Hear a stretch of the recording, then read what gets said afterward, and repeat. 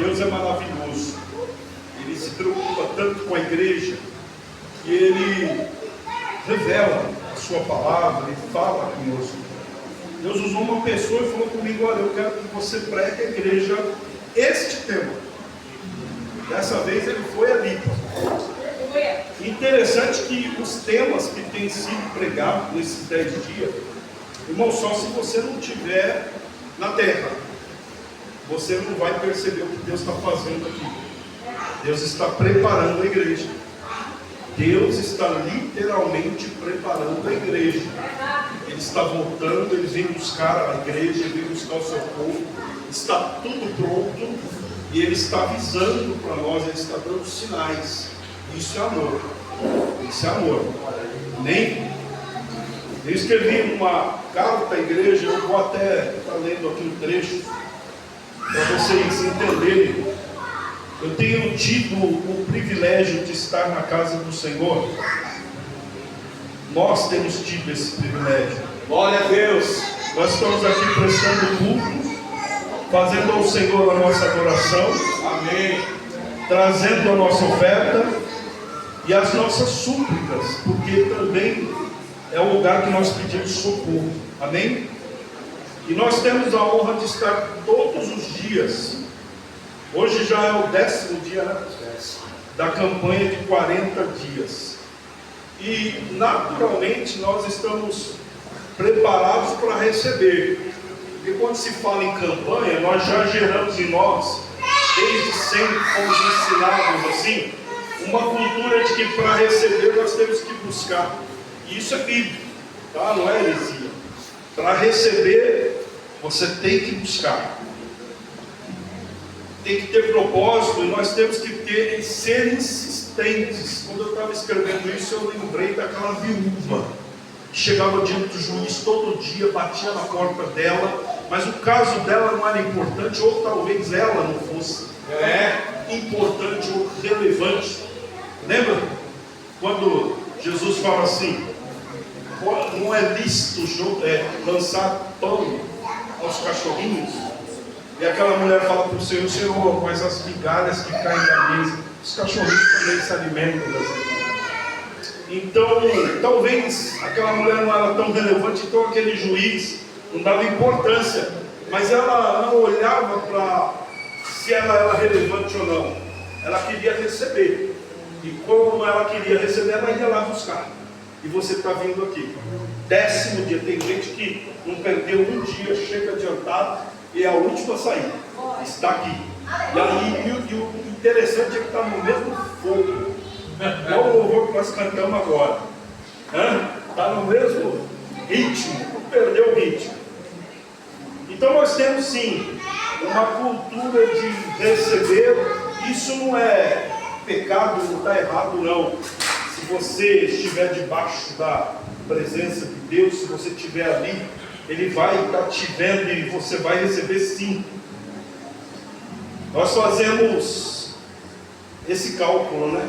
Poxa, se eu estou vindo para a igreja todo dia, se eu estou jejuando, se eu estou orando, fechando a conta, eu recebo, pronto, acabou. Está tudo certo. É a nossa matemática. Afinal, 40 dias não é para qualquer um, né? Tem alguns irmãos aí de outros ministérios, eu falo: eu estou lá 40 dias. Eles olham para mim e dão risada, estão falando piada. Eles estão falando piada. Eles falam assim: e aí, os 40 dias lá, estamos no 10, só falta 30. Mas eu estou aqui. Glória a Deus. Nós estamos aí. Então não tem como errar, né? Nós estamos vivendo 40 dias. Eu digo que não é para qualquer um, como eu escrevi aqui, até porque nós estamos num momento que isso não é muito comum. Nós estamos num momento de uma igreja que ora pouco, uma igreja que busca pouco, uma igreja que jejua pouco, uma igreja que lê pouco Bíblia. Nós estamos num momento de estabilidade, e isso é bíblico. A Bíblia diz que haveria de ser assim. As pessoas iam dar uma esfriada, o Evangelho ia facilitar um pouco. Então a gente, em vez de ler Bíblia, por que não escutar? De um tempo para cá já tem Bíblia que você ouve. Você põe no rádio lá e escuta. E você vai perdendo um pouco a espiritualidade. Não adianta dizer que não, irmão. Vai perdendo um pouco a espiritualidade. Nada como o joelho no chão, quarto fechado, Bíblia aberta e você e Deus. Mas está mais fácil hoje pela pregação da TV, pelo o locutor que lê a Bíblia para você, está mais fácil. Nós estamos vivendo esse momento na igreja do Senhor. Então 40 dias no momento que nós estamos é meio que utopia, né? A igreja ela tem estado muito dispersa, desmotivada e sem fé. A igreja tem estado sem fé, irmãos. Verdade, Jesus. Quando a gente fala desse governo, por exemplo, das leis, o que está acontecendo lá em cima que eu falo é em Brasília, não é lá em cima no céu, não, lá em cima no céu é tudo perfeito, viu, irmão? Mas quando a gente fala disso, as pessoas falam, não tem jeito esse país, igreja sem fé. Nós já estamos na mão desse sistema, igreja sem fé. Igreja que não tem mais poder de profetizar, rei cai, rei se senta no trono, porque assim faziam os profetas. Os profetas falavam, olha, o Senhor manda te dizer, teu reinado acabou aqui. Acabou, meu irmão, não tinha o que fazer. Eles iam perseguir o profeta, eles iam tentar matar o profeta. O que eles fizessem? A profecia foi entregue. E quando a profecia era entregue, acabou. Eu queria saber onde estão esses profetas hoje. Verdade, Jesus. Então a igreja está instável. Nós estamos vivendo um momento na igreja que nunca houve tanto confronto por parte do mundo como está acontecendo agora. A sociedade ela tem se armado, ela tem procurado de alguma forma nos refutar, para desestruturar a igreja, desestruturar a nossa pregação. Tem mundo agora que está estudando Bíblia, o camarada vai lá, o cientista, o confrontador, aquele camarada que é ateu, ele estuda a Bíblia para nos confrontar. Eu tenho visto isso. Eu vi essa semana. Já eu chego lá e conto para vocês. Então o mundo tem se armado, tem tentado desestruturar a pregação. E é lógico que o mundo tem que fazer isso, irmão. O mundo está fazendo o papel dele, é óbvio, porque nossa pregação confronta o mundo. O grande problema é quando a igreja começa a se amoldar e a pregação já não confrontar mais o mundo. Aí você está com problema. Mas enquanto a minha pregação ela vai de frente, bate de frente com o mundo, ela incomoda o mundo, eu estou no caminho certo. E o mundo tem nos confrontado, o mundo tem vindo para cima. E eu diria que até de uma forma permissiva de Deus, né? Existe a vontade permissiva de Deus. O mal tem que se avançar, porque é lícito, é necessário. O caos precisa vir. Esses dias eu estava orando por um amigo que tem uma empresa e ele está com problemas na empresa dele. E ele está desanimado, porque passam os dias, o tempo, irmão, é terrível para o crente. O tempo é terrível. Entende? Quando nós estamos no 10º dia, você vai ver entender o que eu estou falando agora em 21, 22 dias, tá bom? Tempo é um negócio. E esse meu amigo, ele está passando uns problemas, ele está sem vender. Uma empresa, irmão, não vai ficar um mês sem vender. A empresa precisa ter metas mensais e vender todo mês. Tem que fechar a meta, porque as contas são fixas. E ele está alguns meses sem vender, começa a vencer aluguel, começa a entregar sala, começa a vencer prestação de carro, e o desespero vem e é crente. Abre a empresa, faz uma oração, faz uma roda de oração ali, clama a Deus e renuncia o pecado, e Deus não responde. Eu escuto algumas pregações que falam que deserto não é lugar para Deus falar com você. Deserto é lugar para você clamar. Essa semana eu vi uma frase muito forte. O camarada disse assim: o lugar que mais se ora hoje é no inferno.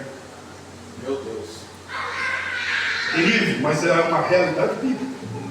Só você ver lá a história de Lázaro, do rio. Então eu estava orando por esse meu irmão e eu falava assim: Senhor, não dá mais, porque eu estou sofrendo com eles. E eu passei por isso e passo. Eu sou empreendedor também. E eu falava assim: Senhor, eu não aguento mais ver esses irmãos nessas situações, precisam vender, dar um contrato pelo menos para eles, para colocar as contas em dia, Senhor. Eu estava orando desesperado junto com eles, porque a Bíblia diz que tem que ser assim. Eu tenho que sofrer com meu irmão, me alegrar com meu irmão, tenho que lutar com ele. Nós somos um corpo. Se a igreja não entendeu ainda isso, você precisa começar a entender. Se tem alguém mal no corpo, o corpo todo está mal. E eu orava por esse irmão incessantemente. Eu falava: Senhor, o Senhor sabe que se eu tivesse condição, eu ia passar à tua frente e ajudar ele. Falei assim com Deus: a intimidade de Deus, o Senhor sabe, o Senhor conhece meu coração. Eu ia lá resolver esse problema, eu sei que o Senhor tem um plano. Aí Deus veio e falou: Jó, quem és tu? Onde você estava quando eu mandei um mar parar bem ali? Onde você estava? Quando eu dei ordem às estrelas, coloquei nome a elas, Deus começou a falar comigo na sua misericórdia. Ele sabia que eu sou menino, eu não sei o que eu estou falando quando eu confronto o meu Deus. Ele vem com amor e fala: meu filho, eu tenho esses seus amigos, seus irmãos na palma da minha mão. Aí Deus falou assim: olha, eles ainda não chegaram no caos, mas é do caos que eu fiz os maiores milagres. É quando o homem está no chão, é quando o homem está no deserto, é quando o homem não vê mais saída. É de lá que eu tirei os maiores que viveram na terra até hoje. Então Deus falou: não se preocupa com ele não, porque ele ainda não chegou onde eu estou levando ele, mas daqui a pouco eu tiro ele de lá e coloco ele lá em cima, porque só assim ele vai entender que foi eu, ele vai entender que é milagre, ele vai entender que é meu poder.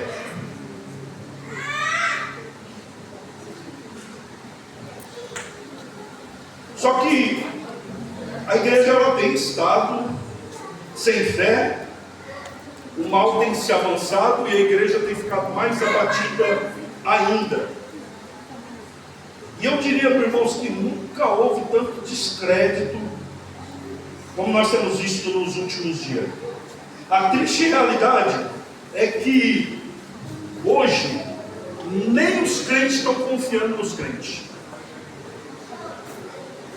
É triste dizer isso, irmão. Tem um crente que ele é empreendedor, ele vende fruta. O irmão vai lá e compra da quitanda do rapaz que não é crente, que não é devoto, que não tem nenhum compromisso com Deus, mas ele não abençoa o irmão que compra fruta. Aliás, ele até vai comprar. Se ele poder explorar o irmão tirar todo o lucro dele, ele leva vantagem em cima do irmão. Está tendo um problema dentro da igreja que está me incomodando e é o Espírito de Deus que nos incomoda. Porque eu mesmo na minha empresa tenho oportunidades para crentes trabalhar para mim e foram que me deram mais problemas. Eu tenho visto essa instabilidade na personalidade do crente. E o crente tem entrado em descrédito, tem virado chacota para o mundo tem zombado. E tudo isso por causa de uma palavra. Eu quero que você repita comigo agora essa frase: inversão de valores. Inversão de valores. Nós vemos e estamos acostumados a ver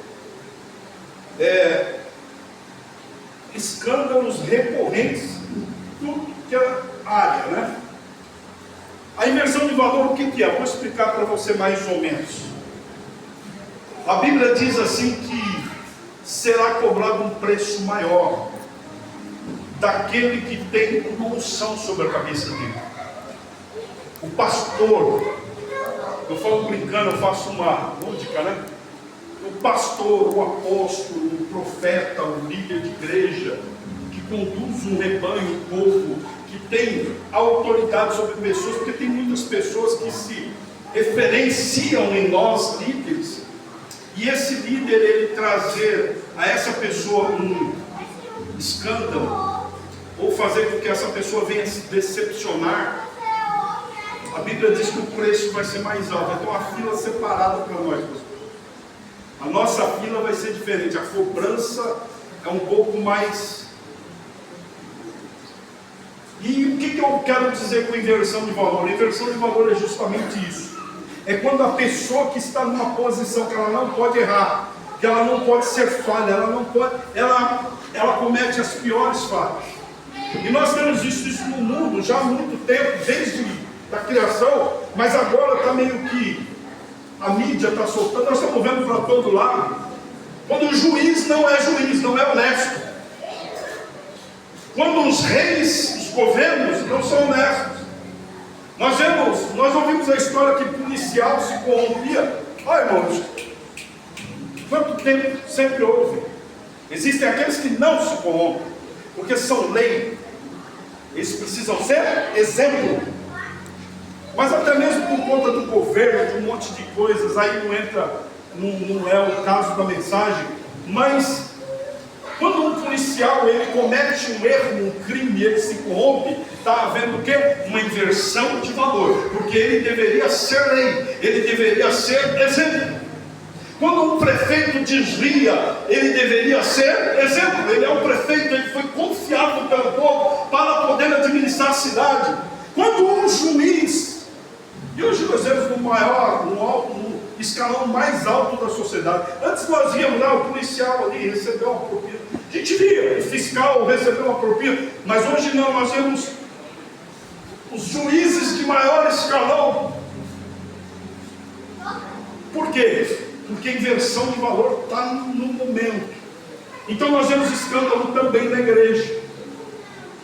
O problema é que eles cobram o pastor, o líder espiritual. Eles meio que fazem uma vista cega para o mundo. Mas o homem é corruptível. O homem é assim. Isso é ao final dos tempos e isso vai piorar. Isso é bíblico. Mas o Senhor hoje vai nos dar uma palavra aqui para que a gente possa de alguma forma blindar. De alguma forma, quando Deus nos mostra o caminho que está errado, é porque não é para nós irmos por esse caminho. Nós não vivemos a inversão de valores. Então os escândalos são recorrentes em tudo quanto é setor. Juízes, doutores, advogados, médicos, tudo a gente vê nesse país, propina, e por que não, pastores, padres, quantos escândalos vimos da igreja católica. E o mundo vai perdendo confiança, credibilidade. Não se confia mais nas autoridades e também não se confia mais em pastor e profeta.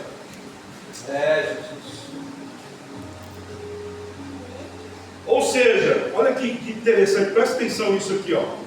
Porém, o que se diz ser comum, porque isso é o que eu estou falando para você, tem sido comum hoje. O que se diz ser comum nunca pode ser e nunca vai ser normal.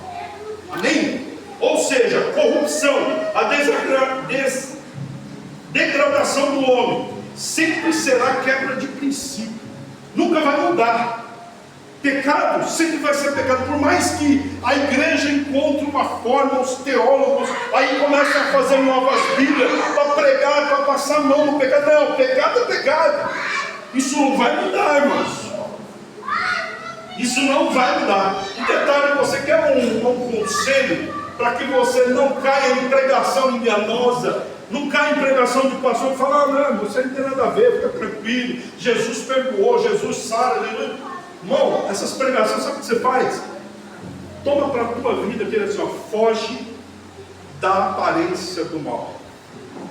Não precisa ser o pecado em si. Aliás, eu lembrei agora uma coisa que eu queria contar para a igreja. Eu falei, um dia que eu for pregar, eu vou contar. Eu ouvi uma historinha do pastor essa semana, eu achei tão interessante, que nós estamos 40 dias, né? Dias difíceis ali, vai chegando 10, 15 dias, a gente vai ficando cansado. Aí eu estava vendo essa historinha, o pastor contando, ele contou uma historinha, tá? Uma historinha.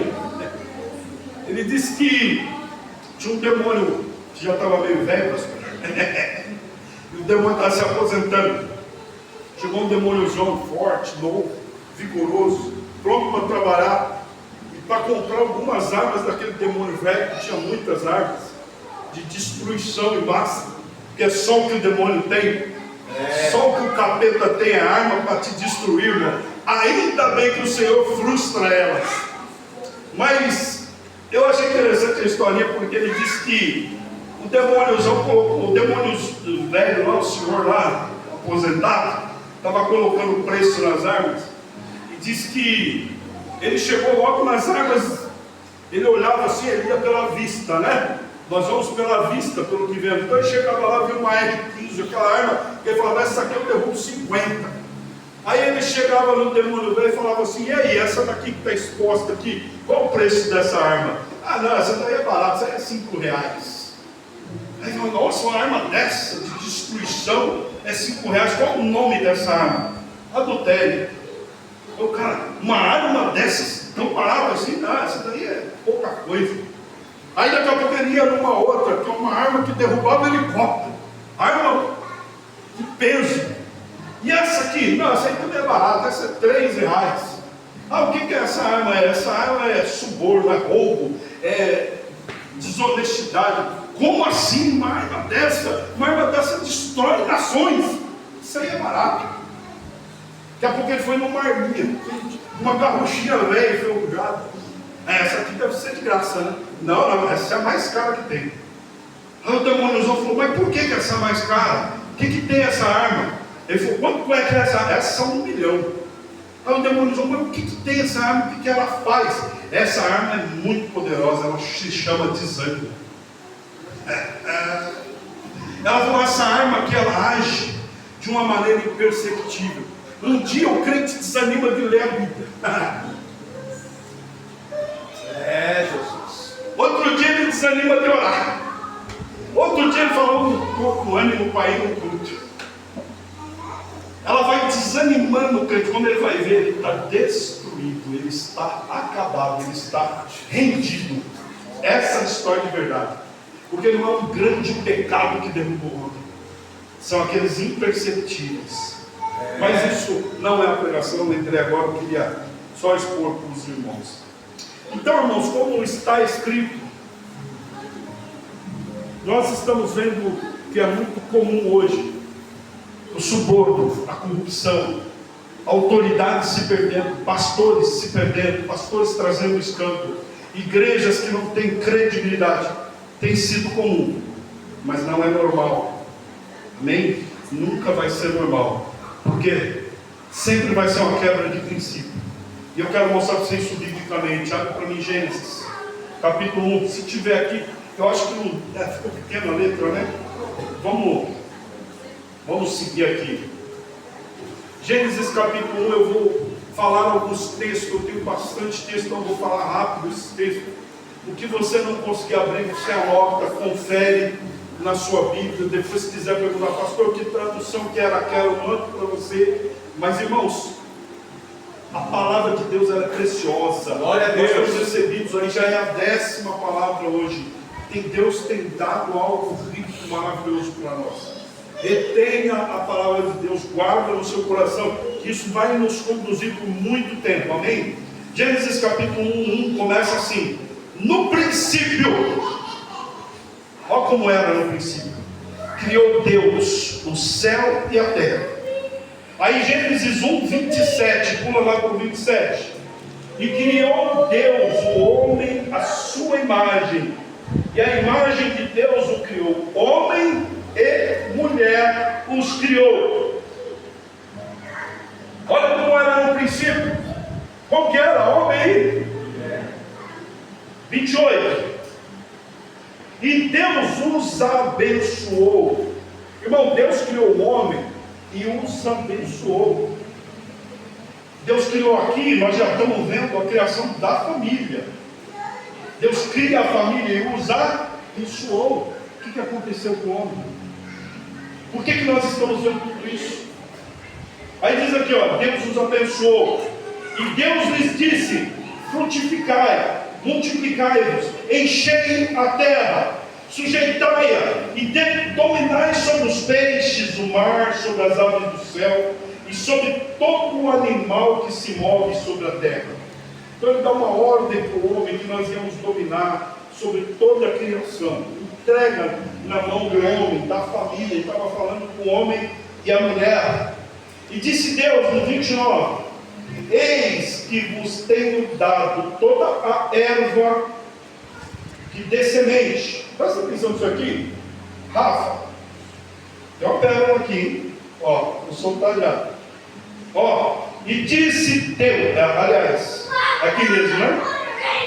Eis que vos tenho dado toda erva de semente que está sobre a face da terra, e toda árvore que há fruto, que dê semente, ser usado para a mãe. Então, qual que era o mantimento dos homens? As ervas e os frutos. Amém? Vamos seguir adiante agora? O pessoal faz uma confusãozinha aqui. E disse Deus, aqui não é o 29? Isso, é o 20, o 30 agora. E todo animal da terra, vamos ler com atenção, vírgula. E a toda a ave dos céus, e a todo o réptil da terra, em que há alma vivente, toda a erva verde será por mantimentos, e assim foi. O que era o mantimento dos animais? Vocês repararam que nós fomos feitos para não comer carne? Está escrito. Por quê? A pérola, eu acho que vocês já sabem, né? Tem uns doutores de Bíblia aqui, né? E viu Deus tudo quanto tinha feito, e eis que era muito bom. Irmãos, fala para mim, qualquer um de vocês, me aponta uma imperfeição na criação. Me aponta. O que não foi perfeito? Vamos falar sobre essa pérola que eu estou escondendo aqui.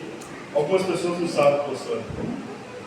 Nesse momento aqui que Deus está falando com o homem, não existia morte.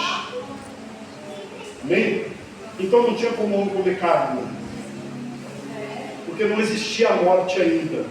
A morte vem depois do pecado. Amém? Essa é a pérola para alguns, né? Porque eu sei que muitos já sabem. Glória a Deus. Me aponta, irmão. Fala aí. Você tem 1 minuto. 30 segundos agora. Fala aí o que é para você imperfeito. Ah, pastor Bento, eu vou uma montanha ali que eu acho ela muito legal, ela é meio estranha. Fala qualquer coisa que não seja perfeita. Olha para uma criança. Olha para um homem de idade. Fala o que não é perfeito. É Deus. Olha para as plantas, árvores. Você já acordou de manhã para olhar o dia que Deus fez para você? Essa semana eu vi uma briga dos criacionistas e dos evolucionistas, né? Criacionista é nós, somos nós.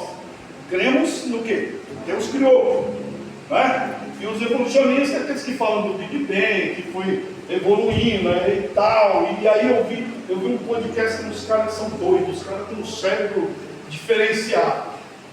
E os caras estão discutindo, é difícil discutir com essa turma. É lógico que os evolucionistas, a maioria todos são ateus, não creem em Deus.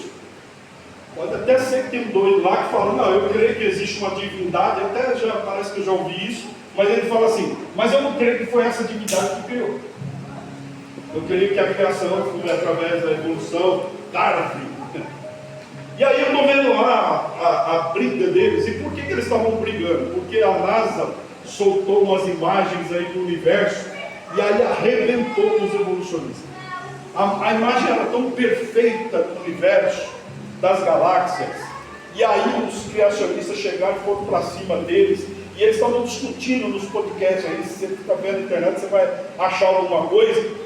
Por quê? Porque a perfeição, a funcionalidade do universo, nessas fotos que foram publicadas recentemente, é impossível de você dizer que não existe Deus, que aquilo se formou pelo acaso, que foi. Aí eu estava vendo um criacionista falando para esse evolucionista, cara, crendo no que você está falando é mais milagre do que eu creio. Você crê que o negócio explodiu e foi tudo colocando em sincronia, um servindo o outro, um para isso, outro para aquilo, milímetros. A lua numa posição para os mares não invadir a terra, não inundar a terra. O sol numa distância de milímetros, que não queima a terra. Aí tem um planeta que faz um escudo. Por quê? Porque senão os asteroides vinham destruir a terra. E aí eu vi eles discutindo, eu acho fantástico, porque os caras são muito inteligentes. Mesmo o evolucionista que é xarope de não crer em Deus, ele é inteligente. Pelos estudos dele ele mostra. É Deus. mas a sabedoria vem do céu. Então eu vi os caras discutindo isso. E a verdade é que desde o princípio, Deus criou. Conforme o texto que nós lemos agora há pouco, em Gênesis, Deus criou. E tudo isso para Deus, irmão, foi a coisa mais simples do mundo. Quer ver? Agora eu vou fazer o pastor fazer igual ele fez comigo. Salmo, pastor 33, verso 6. Leia com a sua voz de apóstolo. 33, 6. Isso. Os céus por sua palavra se fizeram, e pelo sopro da sua boca o exército deles. Você está entendendo o que é isso aqui, irmão? Isso é demais. Deus falou assim: haja céu. Aí Deus soprou um exército de anjos. No princípio é assim, sempre foi assim. Deus fez com soberania, supremacia, com grandeza, com magnitude, toda a criação. Eu e você, a sua família, a sua casa. Da mesma forma que tudo foi simples para Ele, assim Ele tornou simples para nós, irmãos. Nós precisamos apenas seguir, constituir família e usufruir. Olha o que Deus, nós lemos lá no Gênesis. Olha, estou criando vocês aí, tá bom? Deus falando com o homem. Só que assim, ó, antes de vocês, eu criei os céus, as estrelas, o universo, os animais, as aves, os frutos, os mares, tudo para você. Domine sobre tudo. Detalhe, outra pérola para alguns que não conhecem. O homem hoje tem limitações, mas nessa ocasião o homem era pleno, tá? Era um homem que usava 100% do seu cérebro. Era um homem. Você já viu aquele filme de uma moça que ela é infectada com umas drogas, aí ela começa, o cérebro dela vai atingindo um percentual maior de inteligência, ela vai começando a usar o cérebro dela quase de 100%. No final do filme ela vira uma inteligência artificial, ela vira um computador, porque ela tem poder com a mente. Você já assistiu esse filme? Eu não lembro agora o nome desse filme. Luz, isso mesmo. Então o que acontece? É mais ou menos isso. O homem criado, ele é um homem que não usava 100% do cérebro. Porque Deus falou para ele: meu, você vai lá colocar o nome nos peixes. Como é que um homem ia descer lá nas profundezas do mar para colocar o nome no peixe? Ele tinha que ter poder para isso. E olha o tamanho da terra. Então era um homem pleno. É assim que Deus fez eu e você. No princípio era assim. E a gente precisava apenas usufruir, porque o dono nos deu esse direito. Daí surgiu aquela palavra que se usa muito no direito, né? No tribunal, o tal do usufruto. O que é o usufruto? Ele é o dono, mas o usufruto é teu.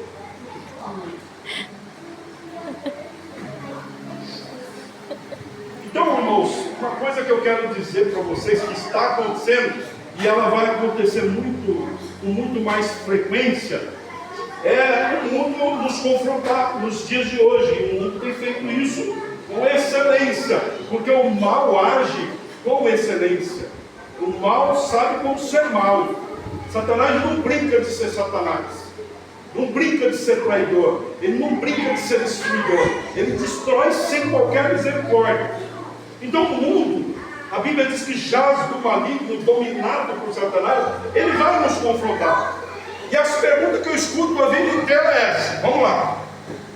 Se Deus é amor, por que a fome? Por que a miséria? Por que a doença? Por que a desigualdade? Eu vi o pastor pregando essa semana que o homem quer colocar responsabilidades em Deus. E eu ouvi isso a vida toda, pastor, desde quando eu sou crente. Vou pregar para um camarada na rua, o camarada ele quer me cobrar amor, mas ele não dá amor. Ele quer falar assim: a igreja está lá, vocês recebem oferta, pastor, mas eu não vejo a igreja socorrer. Aí você chega nele e fala: você socorre? Ele não socorre. Mas o mundo cobra isso de você. Por quê? Por causa da inversão de valores. O valor é que você, sendo crente, pregando amor, você tem que fazer. Não está errado. Se Deus é amor, por que uma criança nasce com deficiências? Aí eles querem nos confrontar, dizendo, olha, Deus não é tão perfeito. Se aquela criança, que pecado ela tinha, por que ela nasceu especial? Por que ela nasceu faltando algum órgão, alguma vitalidade? Se tudo que Deus fez é bom, é perfeito, por que terremotos, furacão, tsunamis onde morrem inocentes, os justos e os não injustos, morrem viúvas, morrem crianças? E aí, como Deus é bom? Será que Ele não tem domínio sobre essas coisas? Se Deus é perfeito e ama o homem, por que Ele permite sanguinários no poder, homens que promovem guerra, homens desumanos que trazem opróbrio e sofrimento aos menos favorecidos? Isso é o que mais se prega hoje.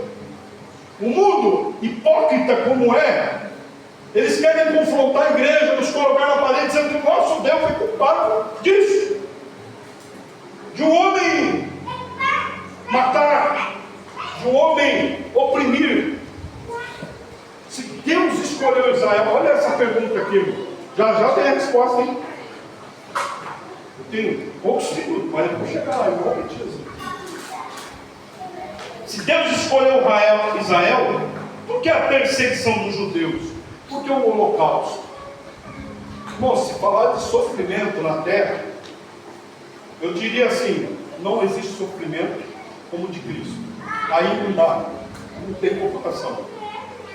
Mas depois disso, irmãos, eu acredito que Israel esteja entre os povos que mais sofreram no período do holocausto. Hoje tem outros que estão sendo perseguidos, estão sofrendo, mas Israel continua sofrendo. É só um israelita, um judeu, cair na mão de um inimigo, que ele vai sofrer terrivelmente. A verdade é que Deus não fez o homem covarde, mas o pecado o tornou assim. A começar de Adão, ao atribuir aquilo que era sua responsabilidade à mulher. Então essas perguntas que eu estou falando que o mundo faz, é covardia. É para não assumir uma responsabilidade que é nossa mesmo. Aí eu vou ler alguns textos aqui para mostrar para vocês. Gênesis capítulo 3, se você conseguir abrir nesse, que eu vou ler rapidamente por causa do tempo, mas Gênesis capítulo 3, eu vou ler do 11 ao 13, diz assim, ó: perguntou-lhe Deus, quem te fez saber que estava nu?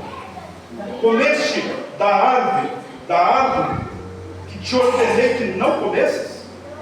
Deus perguntando para Adão e Eva.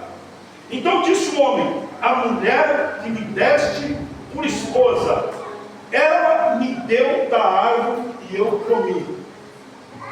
Sabe o que é isso, irmão? Covardia. Ele está tentando responsabilizar Deus. Ele está dizendo assim, olha Senhor, se o Senhor não tivesse me dado essa mulher, eu não tinha comido a árvore. Culpando a mulher. Aí depois ele vai e pergunta para a mulher. Disse o Senhor Deus à mulher, que é isso que fizeste? Respondeu a mulher, a serpente me enganou e eu comi.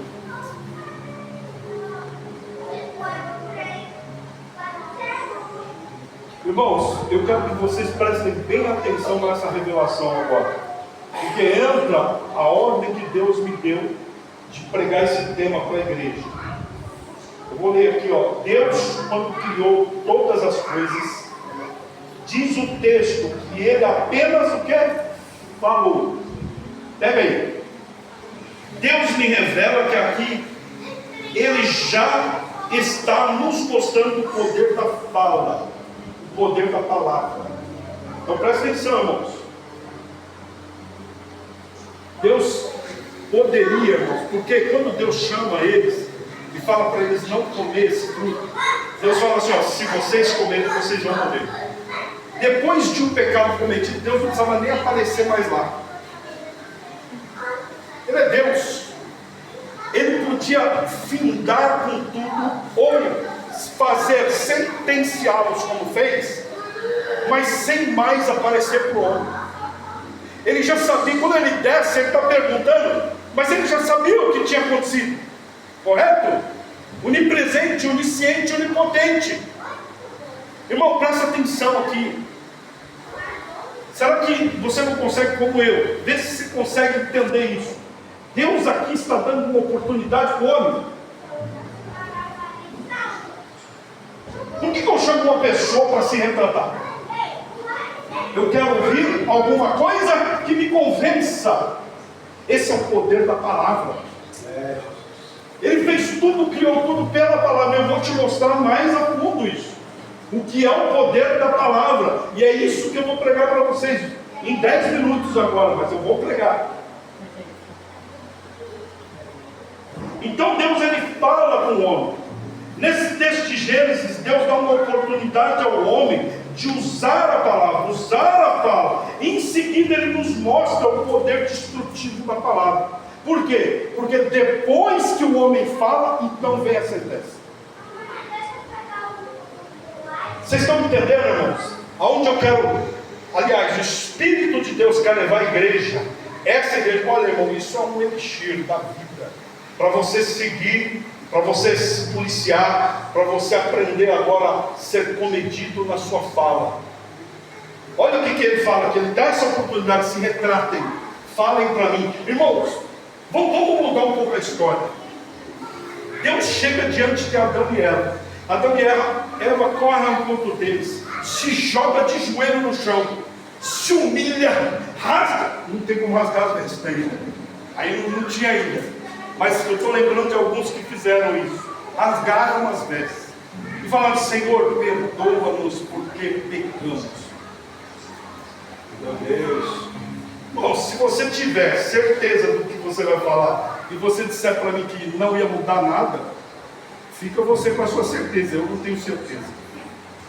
Alguma coisa diferente ia acontecer a nível de humanidade, de existência.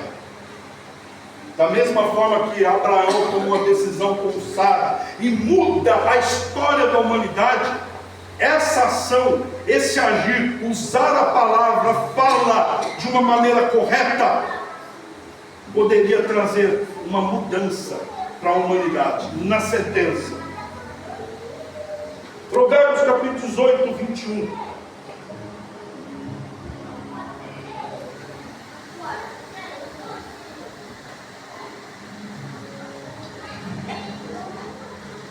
A língua tem poder para trazer morte e vida. Quem gosta de falar, arcará com as consequências. Olha o poder da palavra. Vamos adiante. Mateus agora, capítulo 12, 37. 36 e 37. Eu lhes digo, no dia do juízo, vocês prestarão conta de toda a palavra inútil que falarem, pois por suas palavras vocês serão absolvidos e por elas serão condenados. Irmãos, vocês estão entendendo isso? Vocês sabiam desse segredo, desse mistério? Deus. Olha o quanto é importante você se humilhar diante do Senhor, reconhecer. Esses dias eu e a Patrícia estavam tentando e lembrar de uns louvores de 1900 e quanto? Minha esposa, meu Fábio, 93? Misericórdia, 40 anos. Eu estava tentando lembrar de uns louvores que falavam: Senhor, dá para me aceitar assim? Lembra desse louvor, pastor? Eu só sei errar. O pastor estava falando essa semana, ele tem saudade desses louvores que se prostravam diante de Deus, pessoas que se humilhavam, ou o louvor exaltava, ou o louvor dizia: Senhor, olha o que eu sou, diante da tua glória.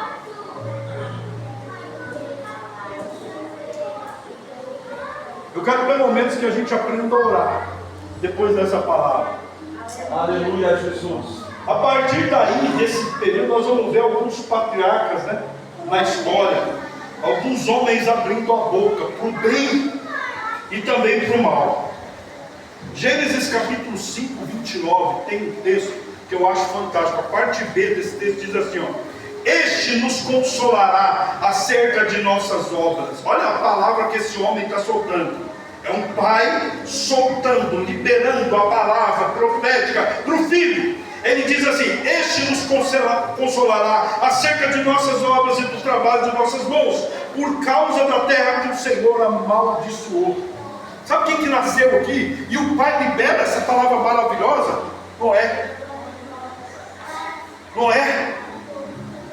Noé nasce, o mundo está de maldição em maldição, o mundo só herda o mal, o pecado destruindo a humanidade. Aí daqui a pouco nasce um menino no meio de tantos que nasciam, está no meio da genealogia bíblica isso aqui. Você vai lá, resolve soltar uma palavra: meu filho vai ser uma bênção. Eu já liberei desde a semana passada, eu estou liberando sobre a vida do Antônio. Vai ser uma bênção, vai ser um homem abençoado, vai ser o contrário de que muitos pensaram. Ah, meu Deus, vai nascer num lar difícil, um lar de tanta dificuldade e tal. Ele vai ser a honra daqueles pais, ele vai ser usado ali para cuidar do pai e da mãe, vai ser um homem respeitado, vai ser um grande pregador da palavra do Senhor e vai surpreender o povo. Aleluia. Fica olhando. Deus faz milagre. Aliás, ele já é um milagre. Este nos consolará. O cara cresceu e foi Noé. Preciso continuar a história, né? O que aconteceu com aquela profecia daquele pai? Aí eu pergunto: para que você está usando a tua boca, irmão? O que você está falando? Essa empresa que eu trabalho, misericórdia, só tem, não presta para nada, não paga bem. Esse emprego que eu tenho, que emprego ruim, Deus me dá uma outra porta. Igual o pastor falou, às vezes você reclama para Deus ou reclama de Deus. Você já conseguiu definir isso? Gênesis 27 diz assim, ó: ele se aproximou. Olha só, irmão, isso aqui, presta atenção nisso aqui. Ele se aproximou e beijou. Então o pai aspirou o cheiro da roupa dele e o abençoou. Ele disse: eis que o cheiro do meu filho é como o cheiro do campo que o Senhor abençoou.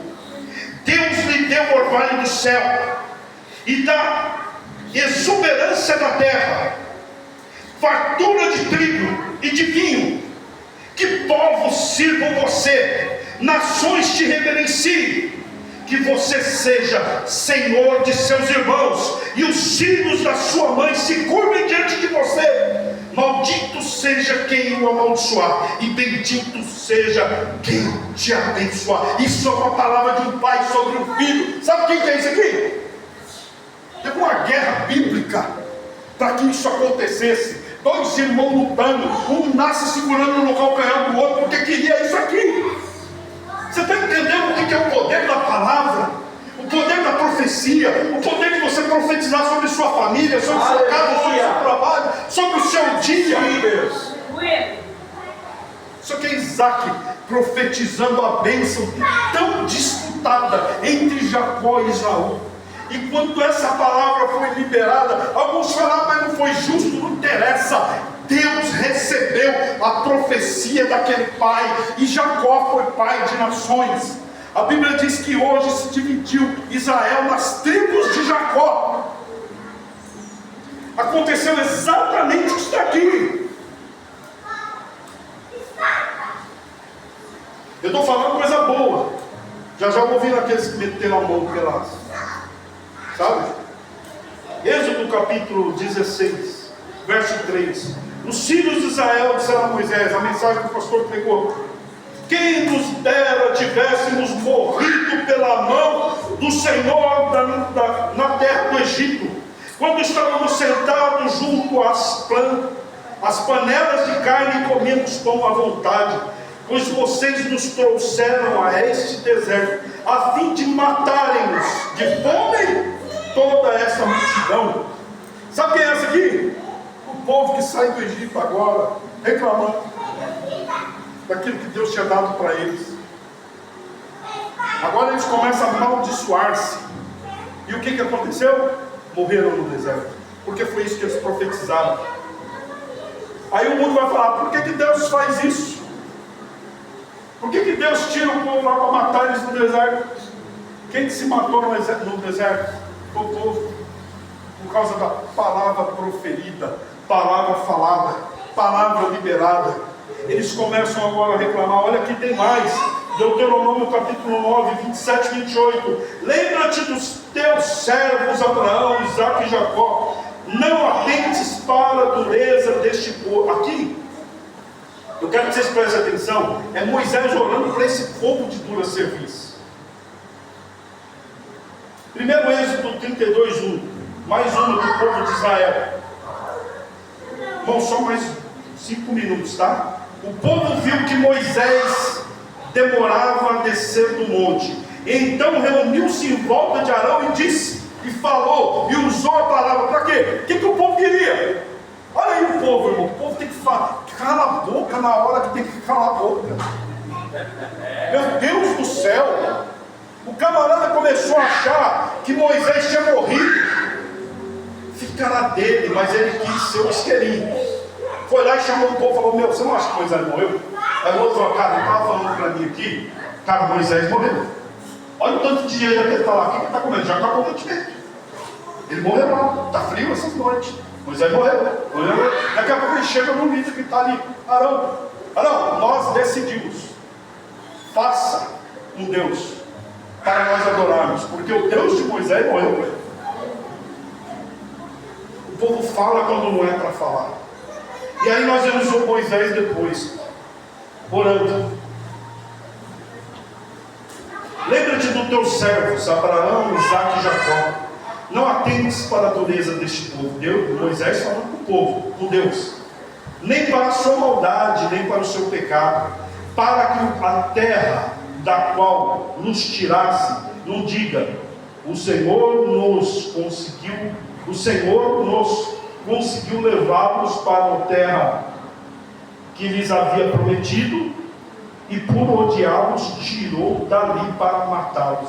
Moisés começa a falar com Deus. Olha como que Deus se preocupa com o que vai ser dito. Moisés fala com Deus assim, Senhor, olha, esse povo o Senhor tirou de lá, foi o Senhor que prometeu, foi o Senhor que decidiu.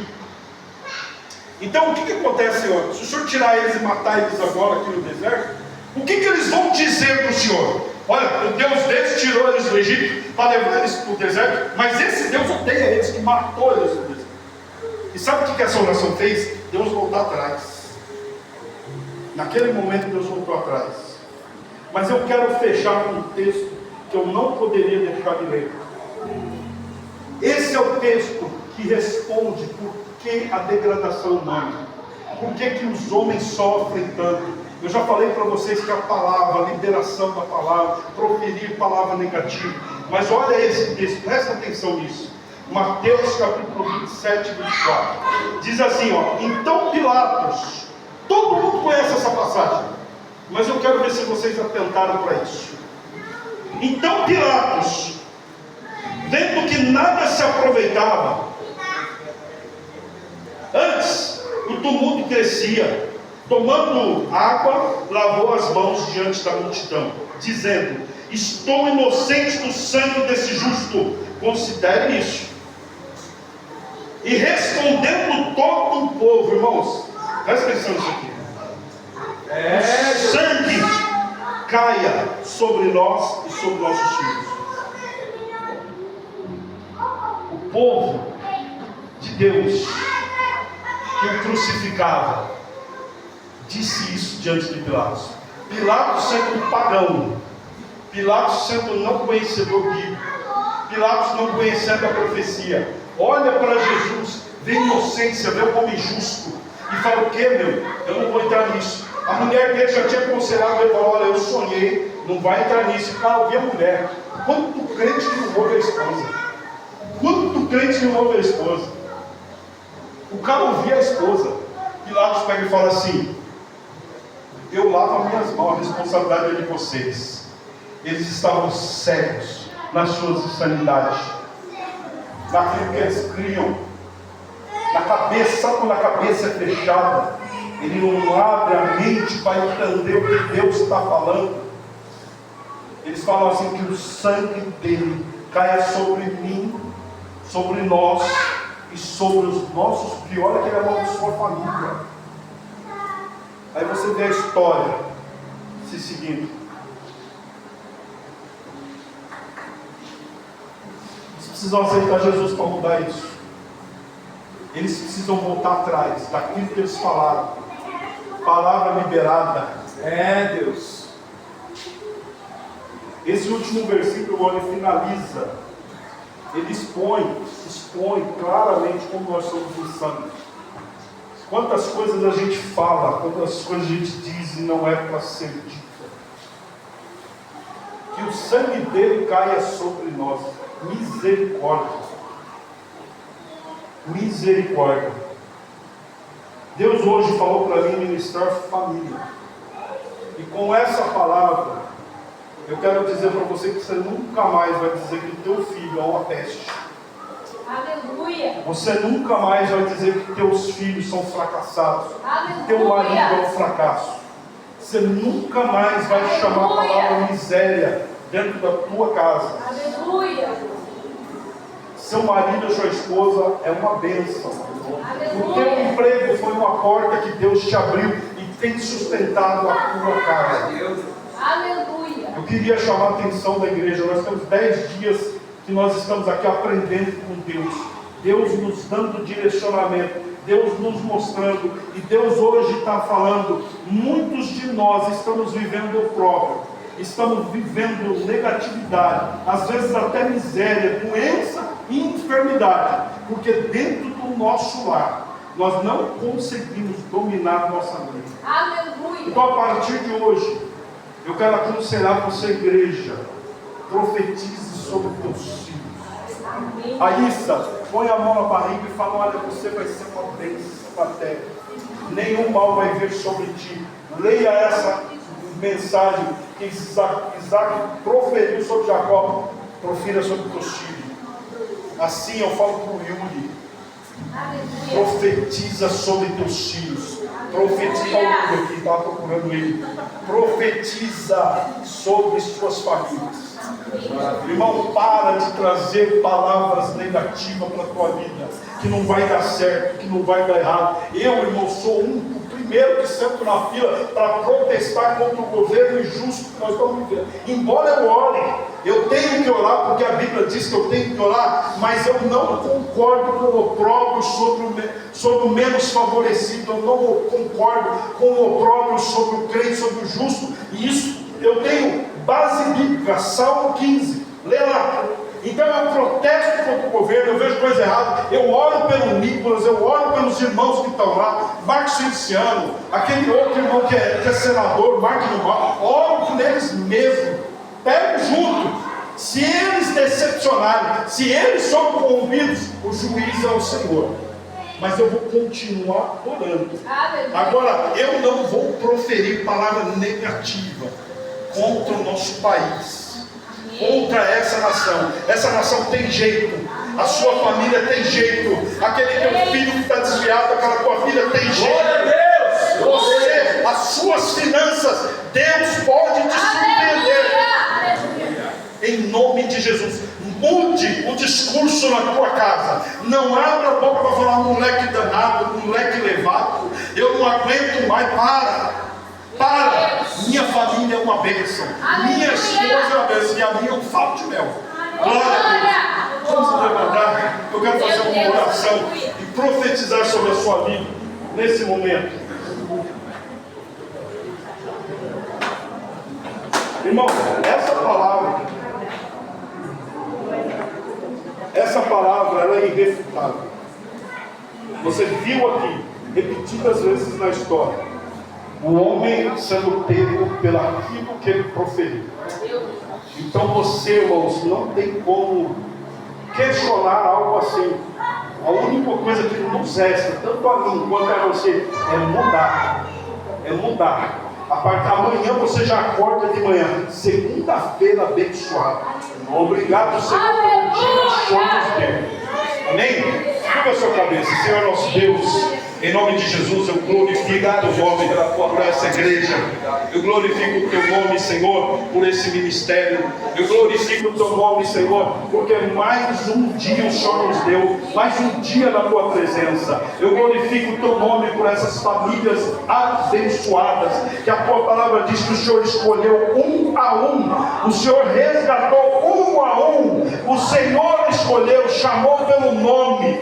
Pai querido, em nome de Jesus, eu deixo uma profecia sobre a tua igreja nesta noite, que nenhum mal chegará à nossa tenda, nenhum mal há de nos atingir. Eu deixo uma palavra para a tua igreja, que 10.000 vão cair à direita, 10.000 à esquerda, mas os teus filhos não serão atingidos. Eu deixo uma palavra, Senhor, eu profetizo sobre a tua igreja, que há um escudo do Senhor, que envolve as nossas famílias, que o teu poder está sobre nossa casa, que Satanás não tem acesso, porque o Senhor nos comprou com um sangue carmesim, um sangue puro. O Senhor nos salvou, o Senhor nos resgatou. O valor que o mundo não nos deu, o Senhor nos deu, o Senhor nos surpreendeu. Pai querido, em nome de Jesus, que a tua palavra, Senhor, ela permaneça em nosso coração, em nossa mente, e que nós venhamos ter, Senhor, uma lista no teu altar, direcionada pelo teu Espírito. Eu abençoo a tua igreja e eu louvo e exalto o teu nome, em nome de Jesus. Amém. Deus abençoe as palmas.